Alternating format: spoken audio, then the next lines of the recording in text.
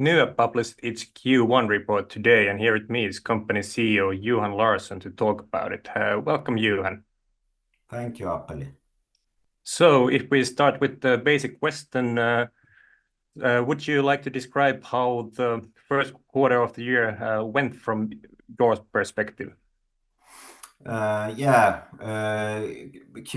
takeaway is of course quite simple with a performance like this. Strong growth and profitability in our weakest quarter. Of course, very promising for what's to come of this year. More than satisfying order intake as well, just as important during a quarter like Q1.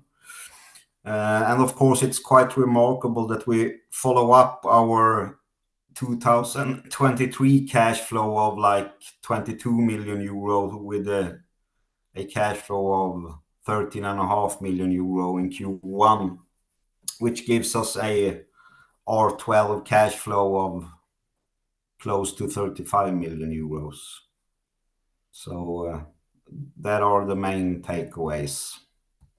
Yeah, like you said, you had a very strong start to the year, and regarding the development, revenue in Finland was more or less in the last year's level, but in Sweden, revenue almost doubled compared to the last year. What were the main drivers behind it?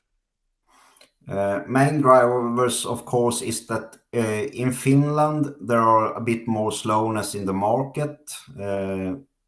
In Sweden, it has been moving in a positive direction for our addressable markets since like October, November 2023. So that is the main factor. And of course, some bigger projects in Sweden as well. Related to this is that I'm very happy that our cross-border collaborations has improved. Revenues aren't earned in Finland, although Finnish organizations are contributing to them. So, but this is like what we expect for the rest of the year also. We expect that Finnish market, and in particular wind, which is has a decent market size in our whole Finnish portfolio, so to speak, to be very slow. And that's what we have to wait or expect. Yeah, exactly. Regarding that, your busy season is approaching, and the order backlog also grew from the comparison period. But overall, how would you describe the current demand situation and outlook? And are there some differences between the countries or the business areas? Best view I can give on that is, of course, we have followed inflation and interest rates quite specific. They are of great importance for development of the market because we get squeezed between clients and subcontractors.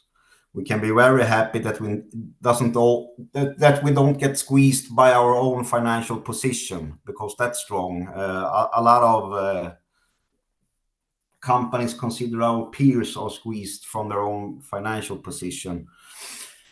But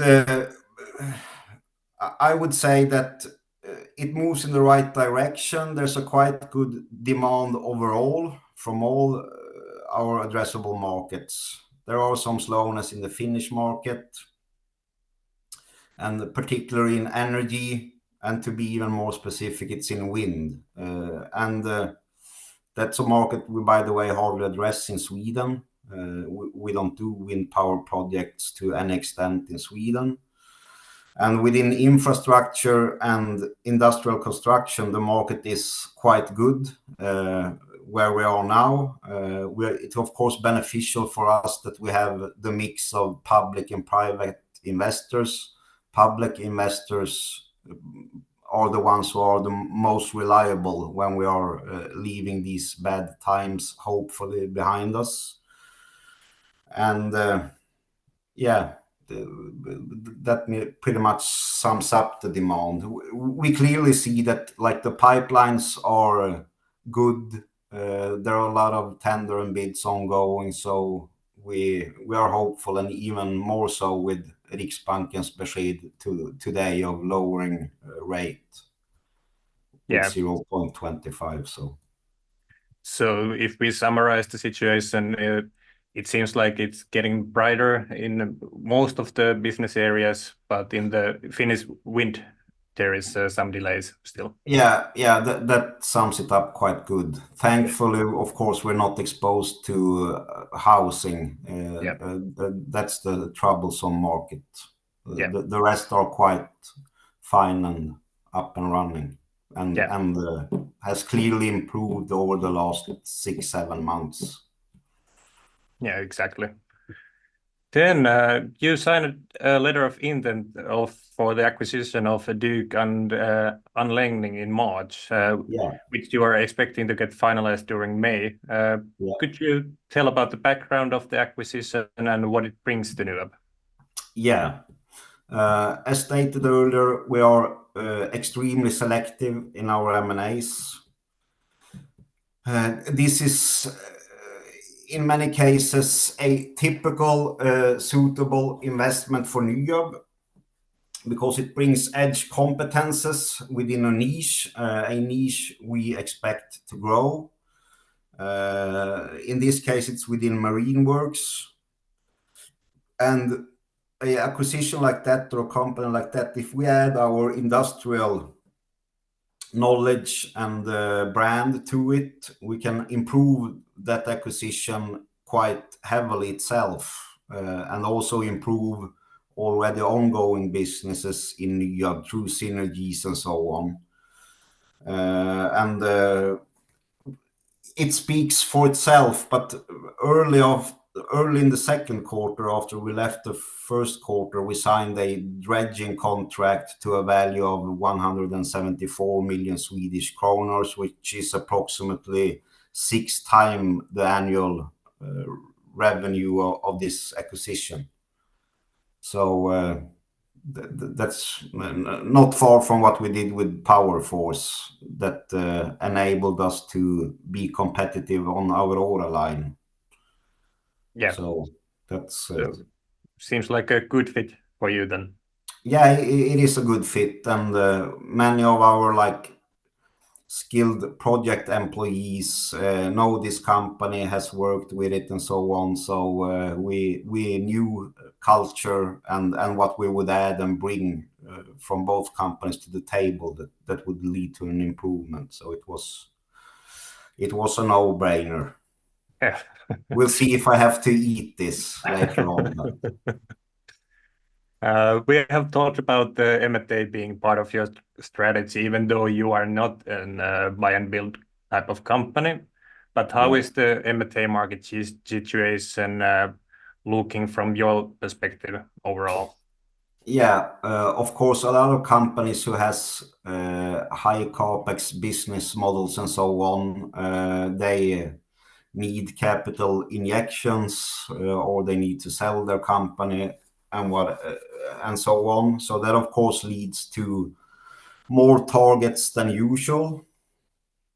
Anyhow, since we view this not too opportunistic, the M&A market, it doesn't have much of an effect of us. Of course, there are more possible targets, but there are anyhow so many targets.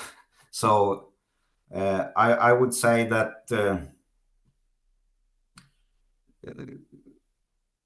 yeah, we are so true to growing without increasing our risk. So what's mostly valuable for us is that we see that the markets are stabilized. I mean, they're addressable markets for the targets and acquisition. That makes it a lot easier to do good acquisitions without increasing risk. Yeah. So you are staying to be selective regarding the M&A, and let's see if something materializes in from there. Yeah. I mean, we as we have stated, 1 to 3 acquisitions annually is our goal. Yeah. And a year with more or less extreme uncertainties and macro headwinds from everything, we might not reach that goal in the future, but it's a lot more likely than not. So it's an important part of our growth journey. Yes. Lastly, at the end of April, your AGM approved the parent company's re-domiciliation to Sweden. Could you tell about the status of the process and its planned schedule? Yeah. Status is as announced, or the schedule is as announced. We're aiming for end of June for both re-domiciliation, listing, and of course the delisting hopefully takes place prior to the listing. Of course we don't fully control the timeline, and in part it's in the hands of authorities and the marketplace, but so far so good. And I would say from where we stand now, it's as good as can be. Yeah. So if nothing major is not coming up, the listing in Sweden will take place in the 1st of July. Yeah. Yeah. So good. Or end of June. I still think that's on the table, but okay. it makes no difference. But yeah. Thank you, Johan, for the interview, and good luck for the busy season. Yeah, thank you very much.